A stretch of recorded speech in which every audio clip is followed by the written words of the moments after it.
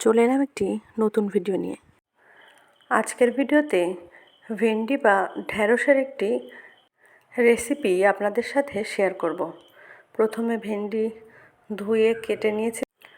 খুব বেশি উপকরণ লাগবে না, আমাদের লাগবে কালো সর্ষে, পোস্ত, কাঁচা লঙ্কা, নুন, হলুদ, চিনি আর হচ্ছে টমেটো কুচি, আর ফোড়নে দেব কালো জিরে। তো চলুন রান্নাটা শুরু করা যাক। প্রথমে আমি ভেন্ডিতে নুন, হলুদ আর বেসন দিয়ে ভালো করে মেখে নেব। মাখা হয়ে গেছে। অন্যদিকে আমি পোস্ত আর কালো সর্ষে ভিজিয়ে রেখেছিলাম।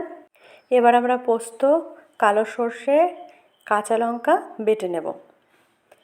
বাটার সময় আমি দিয়ে দেব একটু নুন, কারণ নুন দিলে লঙ্কাটা ছিটে গায়ে আসবে না। আর দেব একটু হলুদ। হলুদ দিলে কাঁচা লঙ্কার কালারটা কালো হবে না। এবার আমি বেটে নেব। হাতে মশলা বাটার সবজির একরকম টেস্ট হয়, আর গুঁড়ো মশলার সবজি একটা অন্যরকম টেস্ট হয়। অবভিয়াসলি সবসময় হাতে বাটা মশলার টেস্ট খুবই ভালো হয়।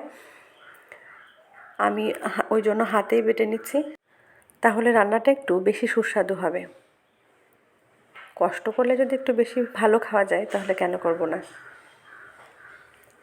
আর মশলা বাটলে এক্সারসাইজও হয়ে যায়। তো চলুন, আমাদের বাটা হয়ে গেছে, আমাদের মশলা রেডি।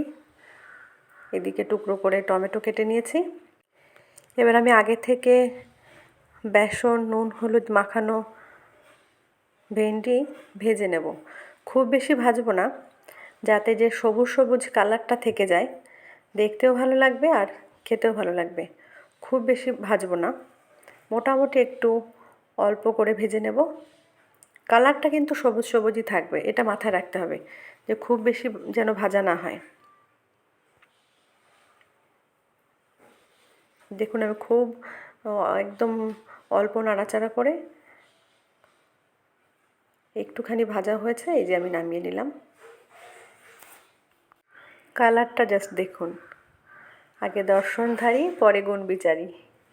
অবশ্যই যে কোনো খাবার দেখতে ভালো হলে তখন খেতে ভালো লাগে।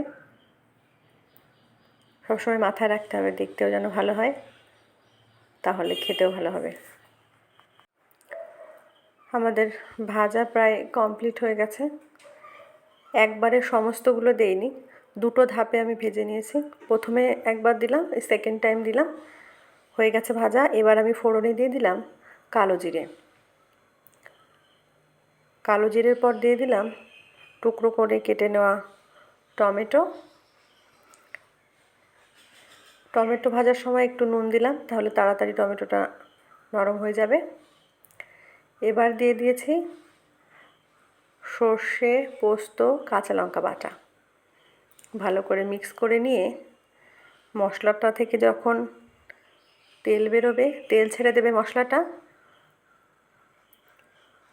তখন দিলাম নুন আর দেব হলুদ। হলুদ দিয়ে বেশিক্ষণ রাখা যাবে না, কারণ তাহলে কড়াইতে লেগে যাবে। এটা আমি আগেও বলেছি, এখনও বলছি, হলুদ দিয়ে বেশিক্ষণ ওয়েট করতে নেই। হলুদ দিয়ে ভালো করে নেড়ে চেড়ে নিলাম। এবার জল দিয়ে দিলাম।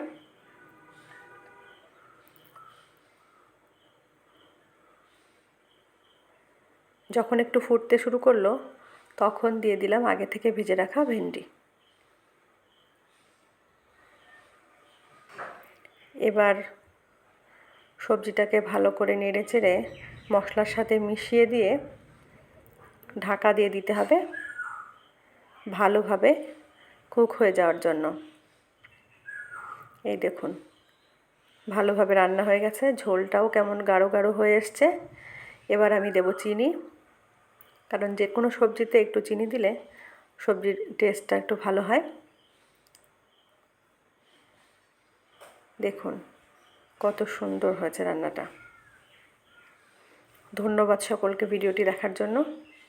যদি ভিডিওটি ভালো লেগে থাকে তবে অবশ্যই একটি লাইক, কমেন্ট ও শেয়ার করবেন। আর পেজটিকে এখনও যারা ফলো করোনি তারা প্লিজ ফলো করে দাও বা ফলো করে দিন। দেখুন কি সুন্দর গলে গেছে। ধন্যবাদ সকলকে।